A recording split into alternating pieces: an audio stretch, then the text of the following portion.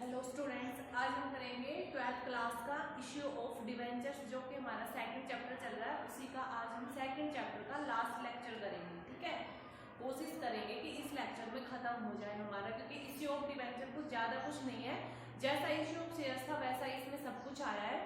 तो आज issue of debentures का जो एक पॉइंट है हमारा इंटरेस्ट ऑन डिवेंचर्स, उसका एक दो क्वेश्चन हम करके देखते हैं इस कॉन्सेप्ट को समझते हैं। इश्यू ऑफ डिबेंचर्स क्या होता है। देखिए, ये तो हम सबको पता है कि डिबेंचर्स के ऊपर कंपनी क्या करती है, इंटरेस्ट पे करती है। ठीक है, तो जब कंपनियां इंटरेस्ट पे करते हैं डिबेंचर्स के ऊपर, तो उनको दो बेनिफिट्स होते हैं। नंबर एक, उनको टैक्स का बेनिफिट मिलता है। जैसे कंपनियों के ऊपर जो टैक्स लगाती है गवर्नमेंट, तो कंपनी को जो भी लाभ होता है उस लाभ के ऊपर टैक्स लगता है। लेकिन अगर कंपनी ने कोई डिबेंचर्स ले रखे हैं लोगों से, तो उन डिबेंचर्स के ऊपर कंपनी को जो भी ब्याज देना पड़ेगा, ठीक है, जो भी ब्याज देना पड़ेगा, उस लाभ में से उस ब्याज को घटा के फिर जो प्रॉफिट बचता है उसके ऊपर उसको टैक्स देना पड़ेगा।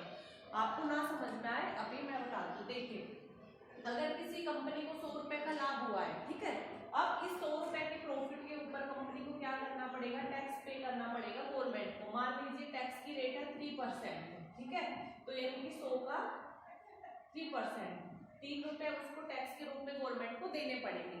लेकिन ये जो प्रॉफिट हुआ 100 रुपए का, उसके बाद कंपनी को ये है कि भाई हमें इंटरेस्ट भी देना है, हमने डिबेंचर्स ले रखे हैं लोगों से, तो उसके ऊपर जो इंटरेस्ट है वो बना है। मान लीजिए इंटरेस्ट ऑन डिबेंचर्स 10 रुपए का, कि 10 रुपए का तो हमें बाहर के लोगों को ब्याज भी देना है। ठीक है, तो अब बच गए 90 रुपीज। 90 रुपीज के ऊपर उसको गवर्नमेंट को 3% का टैक्स देना पड़ेगा। ठीक है, तो कितना हो गया 2.7, यानी कि 2 रुपए 70 पैसे, और यहाँ पे वो टैक्स दे रही थी 3 रुपए। ठीक है, तो उसको फायदा हो गया। क्यों? अगर उसने डिबेंचर्स के थ्रू पैसे इकट्ठे कर रखे तो इस इंटरेस्ट के ऊपर फायदा हो गया, क्योंकि ये इंटरेस्ट लेस हो गया प्रॉफिट में से, तो उसको जो गवर्नमेंट को टैक्स देना वो कम देना पड़ेगा। दूसरा, जब कंपनी ऐसे टैक्स पे करती है, ठीक है, तो क्योंकि इंटरेस्ट जो भी मिलता है एम्प्लॉय को, ठीक है, सॉरी, जिस भी व्यक्ति को इंटरेस्ट मिलेगा डिबेंचर्स के ऊपर, वो इंटरेस्ट टैक्सेबल है, उसको टैक्स देना पड़ेगा। तो अगर कंपनी सीधा खुद ही टैक्स दे देती है डिबेंचर्स के ऊपर, तो वो एक सर्टिफिकेट देती है लोगों को जिन्होंने भी डिबेंचर्स में पैसे लगा रखे थे, कि भाई इन डिबेंचर्स के ऊपर जो इंटरेस्ट बन रहा था उसके ऊपर जो टैक्स था उसका पैसा कंपनी पे कर चुकी है, तो आप लोगों को अलग से पे करने की जरूरत नहीं है। ठीक है, तो जब इंटरेस्ट बनता है तब कंपनी की बुक्स में कुछ एंट्री होती है, जनरल एंट्रीज करनी पड़ती है। क्या एंट्री करनी पड़ती है? सबसे पहले है, जब इंटरेस्ट बनेगा उसको ड्यू किया जाएगा, ट्रांसफर किया जाएगा, तब हमारी क्या एंट्री हो जाएगी, interest on debentures account debit to debenture holder account credit, कि जो इंटरेस्ट है उसको डिबेंचर होल्डर और टू टीडीएस, यानी कि जो भी टैक्स डिडक्शन एट सोर्स हुआ है, ठीक है, जो भी टैक्स कट चुका है, कंपनी उसका भी लेखा करेगी कि अब आप लोगों का अगर 90 रुपए था, आप लोग 2 रुपए गवर्नमेंट को टैक्स के रूप में चुकाते, वो रुपए कंपनी ही चुका चुकी है। ठीक है, कंपनी ने ही पे कर दिए, आप लोगों को उस ब्याज के ऊपर अलग से पैसे चुकाने की जरूरत नहीं है। तो कंपनी ने कितना ब्याज चुकाया उसका यहाँ पर रिकॉर्ड रखा जाता है टीडीएस में। ठीक है, उसके बाद नेक्स्ट है, जब इस इंटरेस्ट का पैसा उनको दे दिया जाता है तो debenture holder account debit to bank account credit. उसके बाद है, जब टीडीएस का जो टैक्स बनता है उसका पैसा गवर्नमेंट को पे कर दिया जाएगा, तो TDS payable account debit to bank account credit. और एंड में जो भी इंटरेस्ट बना था कंपनी का, उस इंटरेस्ट को कहां से चार्ज करेगी कंपनी? अपने प्रॉफिट में से। ठीक है, कंपनी का जो प्रॉफिट था वहां से लेगी, जो ब्याज का पैसा था वो, तो statement of profit and loss और टू इंटरेस्ट अकाउंट क्रेडिट। तो इस तरह से हमारी जर्नल एंट्रीज हो जाएंगी। अब मैं आपको एक क्वेश्चन भी करके दिखाती हूँ कि ऐसे जर्नल एंट्री से हम कैसे करेंगे, क्वेश्चन में हम कैसे करेंगे इंटरेस्ट वाले सम। देखिए, एक आपका इंटरेस्ट भी दो तरह का होता है, एक होता है इंटरेस्ट एक्रूड एंड ड्यू, एक होता है interest accrued but not due. जब कंपनी अपने अकाउंट क्लोज करती है उस टाइम तक अगर कोई इंटरेस्ट, ठीक है, ड्यू हो चुका है, यानी कि उसको पे करने की अवधि आ चुकी है, तो एंड में उस डेट में जिस दिन हम अपने अकाउंट क्लोज कर रहे हैं उस दिन हम लिखेंगे इंटरेस्ट अक्रूड एंड ड्यू। ये ड्यू हो चुका है, ठीक है, इसको सिर्फ होल्डर तक पहुंचाना बाकी है, ये ड्यू हो चुका है, ठीक है, ये चार्ज हो चुका है। उसके बाद दूसरा इंटरेस्ट होता है कि इंटरेस्ट एक्रूड, इंटरेस्ट लग चुका है लेकिन अभी उसको पे नहीं किया गया है या पे करने में अभी टाइमिंग है, तो interest accrued but not due, अभी उसको ड्यू उसको देने का टाइमिंग नहीं हुआ है या फिर अभी पहुंचाया नहीं गया है, ठीक है। अब आपको एक क्वेश्चन अभी हम बताते हैं इंटरेस्ट का कि हमें कैसे किस तरह से हमें एंट्री करनी है। तो देखिए एक क्वेश्चन है, 1 अप्रैल 2015 में जेके लिमिटेड ने इशू किए थे 8,000 9% डिवेंचर और हर एक की वैल्यू थी 1000 ईच एट डिस्काउंट ऑफ 6%, ठीक है, और इनको 6% डिस्काउंट के ऊपर इशू किया गया था। एट रिडम्बल एट प्रीमियम ऑफ 5%, और इनको रिडम्शन करना है, ठीक है, इनका रिडम्शन करना है 5% प्रीमियम के ऊपर, जो कि हम पढ़ के आए थे ना कल, जब इश्यू के टाइम पर ही रिडम्शन बता दिया जाता है कि कब रिडम्शन किया जाएगा, किस मेथड से किया जाएगा, तो हम अपनी एंट्री करते हैं इश्यू के टाइम पर ही, ठीक है। तो यहाँ पे हमने इश्यू डिस्काउंट पे किया, रिडम्शन प्रीमियम पर, यानी कि कंपनी को दो तरह से लॉस हो रहा है। नेक्स्ट है the company close it's book on 31 March every year, और हर साल 31 मार्च को कंपनी अपने अकाउंट क्लोज करती है। इंटरेस्ट बनता है डिवेंचर्स के ऊपर 9%, क्योंकि जो डिवेंचर्स है उसका वो 9% रेट के डिवेंचर्स हैं। उसके बाद है the company 9% interest is payable on 30 September and 31 March every year, और जो इंटरेस्ट है वो कंपनी साल में 2 बार देती है अपने डिवेंचर होल्डर को, ठीक है, एक बार 30 सितंबर को दिया जाता है और एक बार 31 मार्च को दिया जाता है। The rate of tax deduction, और जो टैक्स है, ठीक है, जो गवर्नमेंट टैक्स लेती है इंटरेस्ट के ऊपर, उसकी रेट है 10% की, आपको अपनी एंट्रीज बनानी है, ठीक है। देखिए सबसे पहले हम अपनी जनरल एंट्रीज करेंगे।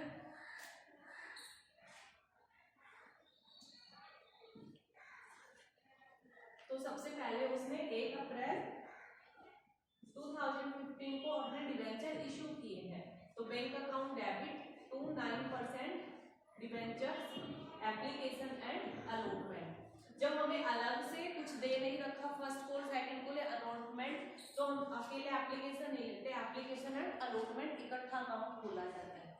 तो कितने थे हमारे 8000 डिवेंचर्स थे, ठीक है। एक बार वर्किंग नोट तैयार करते हैं, उसके ऊपर देखिए 1000 रुपए का एक डिवेंचर्स था, 6% उसके ऊपर डिस्काउंट की रेट है, इनकी डिस्काउंट कितना हो गया 60 रुपीज का, ठीक है। तो हमारे कितना मिला 940, एक डिवेंचर पड़ गया हमारे 940 रुपए, ठीक है। तो हमारे डिवेंचर्स की जो रेट है वो हो गई 940 रुपए, ठीक है। उसके बाद ये अगर हम मल्टीप्लाई करेंगे तो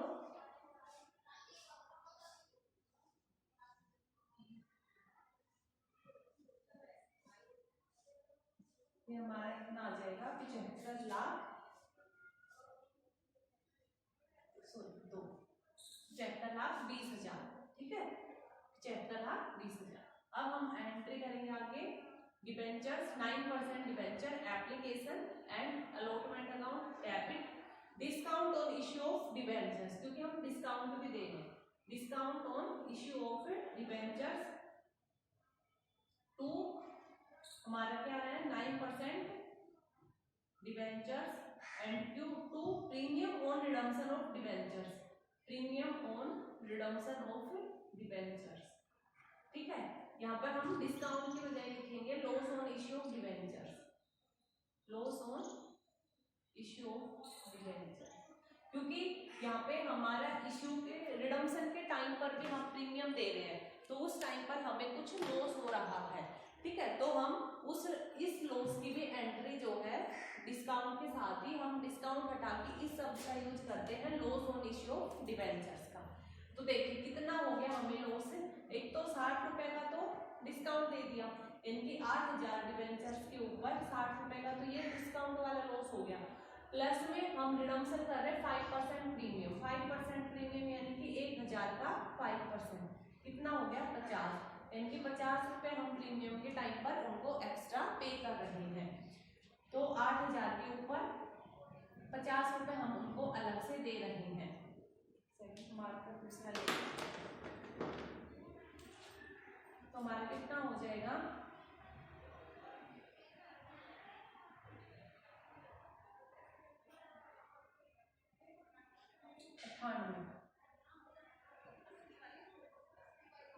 9,80,000 हमारा जो है 8,80,000 का हमें टोटल लॉस हो जाएगा। ठीक है, 8,80,000 का टोटल लॉस हो जाएगा, क्योंकि 60 रुपए डिस्काउंट के 50 रुपए रिडम्पशन के। ठीक है, तो अब हमारा प्रीमियम कितने का है? ठीक है, 9% डिबेंचर में वही 8,000 पे 1,000 रुपए का एक था, क्योंकि यहाँ पे हमने डेबिट कर दिया ना 40 रुपए से। ठीक है, और ये देखिए यहाँ पर 940 से हो रहा 8,000, और यहाँ पे वो जो 40 रुपए थे, सॉरी 60 रुपए का जो भी कम था, उस 60 रुपए से हमने यहाँ पर डेबिट कर दिया। तो अब हमें पूरा 1,000 रुपए से क्रेडिट करना पड़ेगा, डेबिट और क्रेडिट का इक्वल आना चाहिए, इसलिए यहाँ पर 8,000 रुपए से हमारा हो जाएगा क्रेडिट। और टू प्रीमियम, और प्रीमियम कितना दे रहे हैं 8,000 के ऊपर 50 रुपए का प्रीमियम। इस तरह से हम अपना ये निकालेंगे। ठीक है, तो ये तो आपका सिंपल सा पॉइंट था इश्यू का, जो कि हमें अलग से भी पता है ये पॉइंट। उसके बाद नेक्स्ट है हमारा इंटरेस्ट। अब वो एक बार इंटरेस्ट दे रहा है 30 सितंबर को। ठीक है, 30 सितंबर को इंटरेस्ट दे रहा है, तो इंटरेस्ट ऑन 9% डिबेंचर्स, 9% डिबेंचर्स के ऊपर उसका इंटरेस्ट कितना बन रहा है? देखिए 8,000 डिबेंचर्स थे, 1,000 रुपए का एक डिबेंचर्स था, उसके ऊपर 9% का इंटरेस्ट। लेकिन अप्रैल मई जून जुलाई अगस्त सितंबर, सिर्फ 6 महीने का ही वो अभी ब्याज से देगा।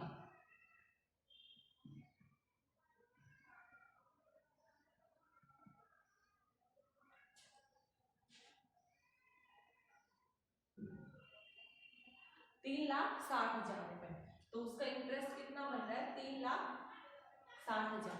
ठीक है, उसका इंटरेस्ट बन रहा है 3,60,000 रुपए का।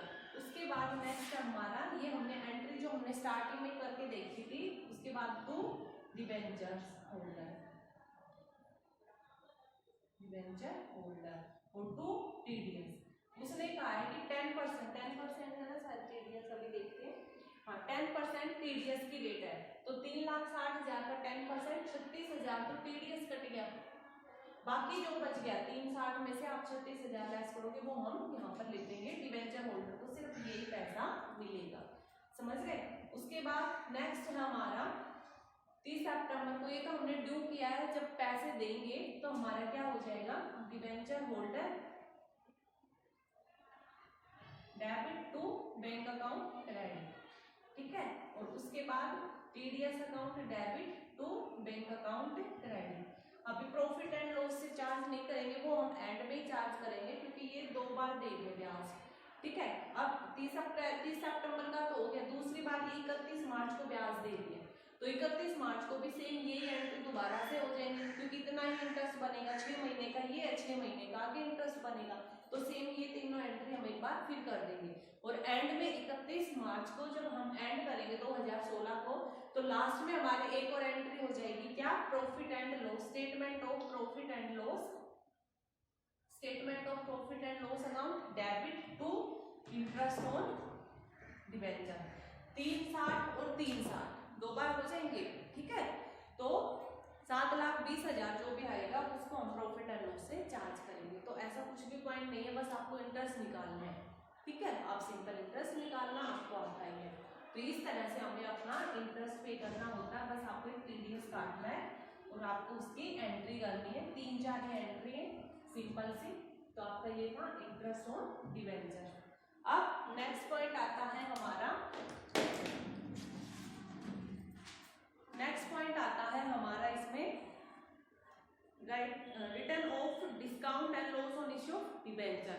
देखिए, हम जो ये डिस्काउंट देते हैं, ये जो प्रीमियम के ऊपर रिडम्पशन करते हैं, ये कंपनी के लिए लॉस ही होता है। इस लॉस को कंपनी राइट ऑफ तो करेगी कहीं ना कहीं से, तो इसको चार्ज किया जाएगा। ठीक है, तो कंपनी क्या करती है? अगर कंपनी के पास कुछ कैपिटल में रिजर्व है, कैपिटल रिजर्व में कुछ बैलेंस है, कैपिटल रिजर्व में बैलेंस कहाँ से आता है? प्रीमियम से। अगर उसने कोई इश्यू प्रीमियम के ऊपर किया है, तो उस issue on premium on issue का जो बैलेंस होता है उसको हम कैपिटल रिजर्व में डाल देते हैं। तो अगर कुछ कैपिटल रिजर्व का बैलेंस है, कुछ सिक्योरिटी प्रीमियम का बैलेंस है, ठीक है, तो हम वहां से चार्ज कर लेते हैं ये जो भी लॉस हुआ है उसको। अगर फिर भी हमारे पास कुछ पूरा नहीं हो रहा है, सिक्योरिटी प्रीमियम का या कैपिटल रिजर्व का बैलेंस हमारे पास फिर भी सफिशिएंट नहीं है, तो हम उस बचे हुए लॉस के अमाउंट को कहाँ से चार्ज करते हैं? प्रॉफिट एंड लॉस से, ठीक है। तो अभी हमारा ये पॉइंट है कि जो कंपनी को जो भी लॉस होते हैं उसको कैसे राइट ऑफ किया जाता है। तो कंपनी के पास कुछ ऑप्शन होते हैं, वो चाहे तो हर साल कुछ थोड़ा थोड़ा पैसा वसूल कर सकती है। जैसे मान लीजिए कंपनी ने डिस्काउंट दिया था 20,000 रुपए का, ठीक है। आज मेरे को मार्कर की दिक्कत है, कोई भी मार्कर अच्छे से चल नहीं रहा है। तो देखिए कंपनी ने मान लीजिए 20,000 रुपए का कुछ भी डिस्काउंट दिया था, तो कंपनी को 20,000 का लॉस हो गया। अब 20,000 के लॉस को कंपनी चाहे तो 4 सालों में राइट ऑफ कर सकते हैं, इनकी हर साल 5,000, ठीक है। या कंपनी चाहे तो इसको रेशियो में भी चार्ज कर सकती है 1:3, ठीक है, कि पहली बार 20,000 का 1/3, 2, 5 और 1 6 हो गया टोटल। आपको पता है ना रेशियो 1:3, ऐसे हम जब निकालते थे क्वेश्चन टेंथ में आपने देखा होगा।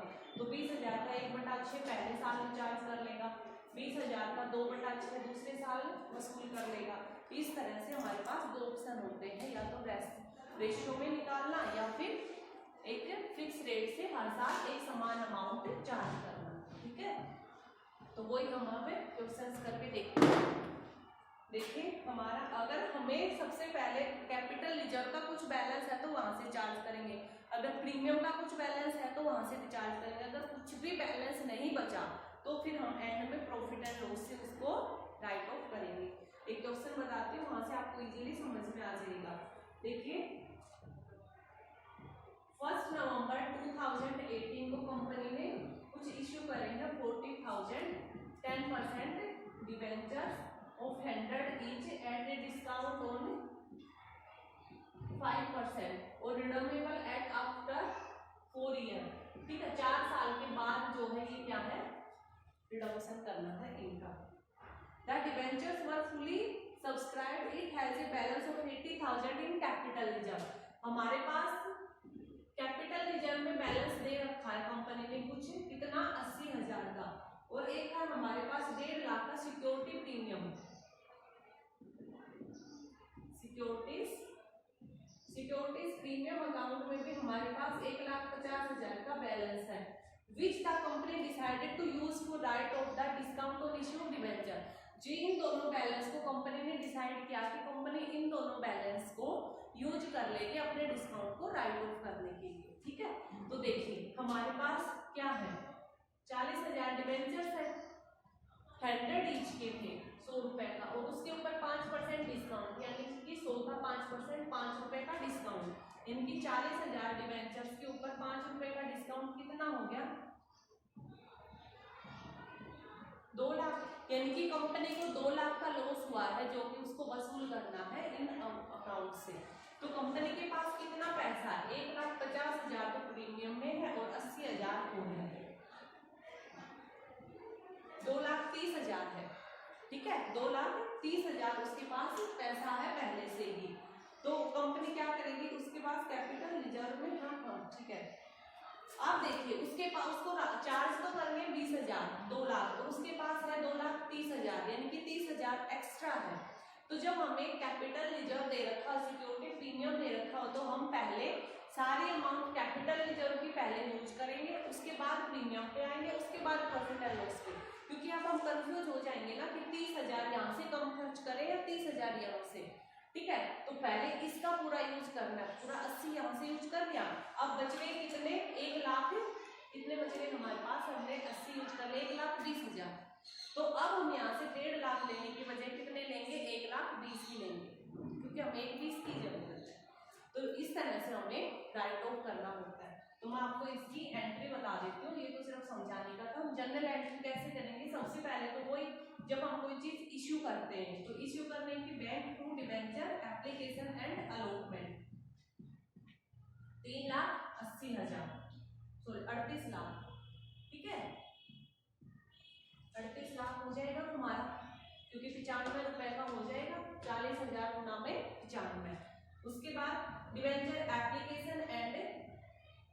Application and allotment account debit, discount on issue of debentures, क्योंकि रिडम्पशन का कुछ नहीं दे रखा है इसलिए हम डिस्काउंट ही लिख देंगे। रिडम्पशन के ऊपर कुछ प्रीमियम टाइप कुछ दे रखा होता तो loss on issue of debenture heading डाल देते। तो discount on issue of debentures कितना हो गया 38 लाख, तो हमारे लिए था लॉस हो गया था हमें 2 लाख का, जो कि अभी हमने कैलकुलेट किया है। यहाँ पर 2 लाख का लॉस हो गया था और टू 10% डिबेंचर। उसके बाद जब हम एंड में चार्ज करेंगे अपने जो डिस्काउंट है उसको, तो हम ऐसे एंट्री करेंगे। हमारी क्या एंट्री हो जाएगी, सबसे पहले कैपिटल रिजर्व का सारा पैसा यूज करेंगे, तो capital reserve 80,000, securities premium account का 1,20,000 और to discount on issue of debentures 2 lakh का। तो हमारे इस तरह से हमें ये एंट्री करनी है, समझ गए। बस कुछ भी नहीं है, हमारा जो डिस्काउंट था हमें उसको राइट ऑफ करना है। तो राइट ऑफ करने के लिए अगर पहले कैपिटल रिजर्व का तो उसका यूज कर लो, प्रीमियम दे रखा तो उसका पैसा भी यूज कर लो। अगर आप सोच के देखिए, अगर ये होता 2,50,000, ठीक है, और हमारे पास है सिर्फ 2,30, तो 20,000 और बच गया था। उस 20,000 को हम कहाँ से रिचार्ज करते, उस 20,000 को हम वसूल करते statement of profit and loss से, और उस 20,000 को हम यहाँ पर डाल देते। ठीक है, बस आपको ये ऐसे ही याद रखना है और कुछ भी नहीं। तो ये था आपके, जब हमें राइट ऑफ करना होता है अपना डिस्काउंट या फिर कोई भी लॉस, जैसे हमें रिडम्पशन के टाइम पर जो प्रीमियम देते हैं वो भी तो कंपनी के लिए लॉस होता है, ठीक है, तो हम उस लॉस को भी यहाँ से ऐसे ही राइट ऑफ करेंगे। इसके बाद नेक्स्ट है, अगर आपको कुछ 1-2 पॉइंट और एक प्रोफेसर और समझाऊं तो ये तो था जब कंपनी हर साल जो है कुछ पॉइंट ऐसे कुछ नहीं बता रखा कि कितने हर साल एक जैसा रिचार्ज करते हैं कुछ। जैसे नेक्स्ट क्वेश्चन में है आपको 1 अप्रैल 2012 को कंपनी ने 10 लाख रुपए फेस वैल्यू के 11% डिबेंचर्स 6% डिस्काउंट के ऊपर इशू करेंगे। ये इतने रुपीज है, इतने रुपए के डिबेंचर्स नहीं है, इतने रुपए के डिबेंचर, इनके टोटल अमाउंट है जो मल्टीप्लाई करके निकालते थे, और उसको 6% डिस्काउंट के ऊपर इशू किया है। तो हमारे पास हम इसी के ऊपर निकालेंगे कि टोटल रेट डिबेंचर्स की ये थी, उसके ऊपर 6% डिस्काउंट दिया है, यानी कितना 60,000 का कंपनी ने उनको डिस्काउंट दिया। उसके बाद है इनका भुगतान रिडम्पशन इन डिबेंचर्स का 5 वर्षों के बाद करना है, और वो भी एट पार के ऊपर करना है। इनकी रिडम्पशन के टाइम पे कुछ लॉस नहीं होने वाला कंपनी को, ठीक है। ऋण पत्रों के इशू की एंट्री करनी और 5 वर्षों का डिबेंचर रिडम्पशन 5 वर्षों का discount on issue debenture account बना। तो एंट्री तो इशू की जो एंट्री होती है हम इजीली कर लेंगे, ठीक है। हमें सिर्फ जो बनाना है, क्या बनाना है, discount on issue of debenture account बनाना है। हम इस तरह से बनाएंगे जैसे हमारे डेप्रिसिएशन का अकाउंट बनता था 11th में, आप लोगों को याद हो, वैसा ही परफॉर्मा है, ठीक है। यहाँ पे डेट, पार्टिकुलर अमाउंट, फिर डेट, पार्टिकुलर, यहाँ पर फिर से अमाउंट, ठीक है। तो देखिए हमारा 60,000 रुपए का हमें टोटल लॉस हुआ है, 5 सालों के बाद रिडम्पशन करना है, तो यानी कि हम एक ही साल सारा पूरा का पूरा 60,000 क्यों एक ही साल के लाभ में से चार्ज करें, हम हर साल 12,000 ही ना चार्ज कर लेंगे, ठीक है। तो हर 5 सालों तक हर साल 12,000 रुपए हम चार्ज करेंगे। तो जब हर साल 12,000 रुपए चार्ज करेंगे हम कहाँ से, हमारे प्रॉफिट एंड लॉस से, क्योंकि यहाँ पे कोई कैपिटल रिजर्व प्रीमियम का कुछ बैलेंस है नहीं।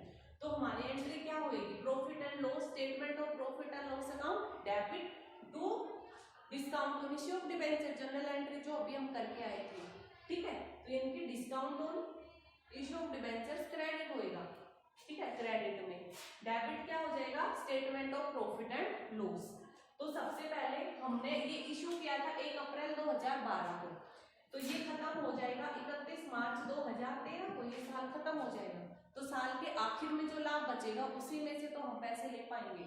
तो साल के आखिर में हमने प्रॉफिट एंड लॉस से पैसे ले लिए 12,000 statement of profit and loss account. कितना 12,000 वसूल कर दिया। उसके बाद भी हमारा बैलेंस बच गया। बाय बैलेंस शीट कितना बच गया, क्योंकि 11% डिवेंचर, 11% डिवेंचर्स के ऊपर 60,000 रुपए का हमारा डिस्काउंट चल रहा है। ये टोटल है, ये इशू के टाइम पर ही जब हम एंट्री करेंगे तो हमारे लिए आ जाएगा 60,000। ठीक है, ये 1 अप्रैल 2012 को जब हमने इशू के टाइम पे जो एंट्री करी थी वहां से 12,000 वसूल कर दिया, बच गया कितना 48,000। ठीक है, उसके बाद इस बैलेंस को हम यहाँ पर ले आएंगे 1 अप्रैल को, 1 अप्रैल 2013 टू बैलेंस कितना बच गया 48,000।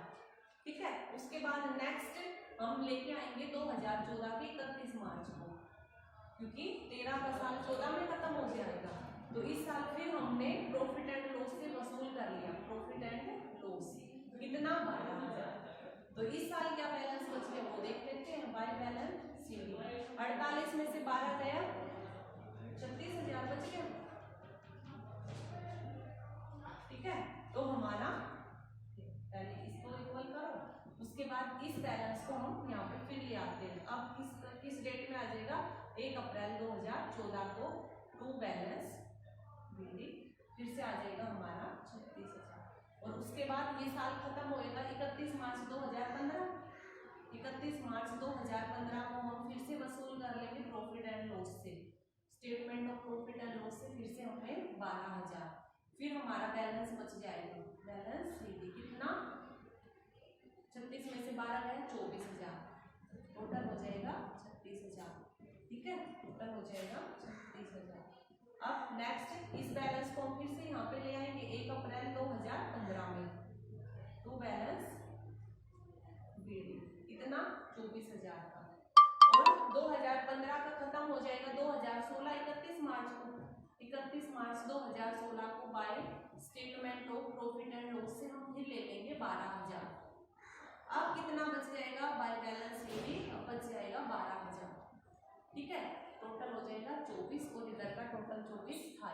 उसके बाद फिर से हम 1 अप्रैल 2017 में ये बैलेंस 12,000 लाएंगे और 17 में इधर 12 में से 12 इंचार्ज कर लेंगे, कुछ नहीं बचेगा, जैसे हम डेप्रिसिएशन को करते थे।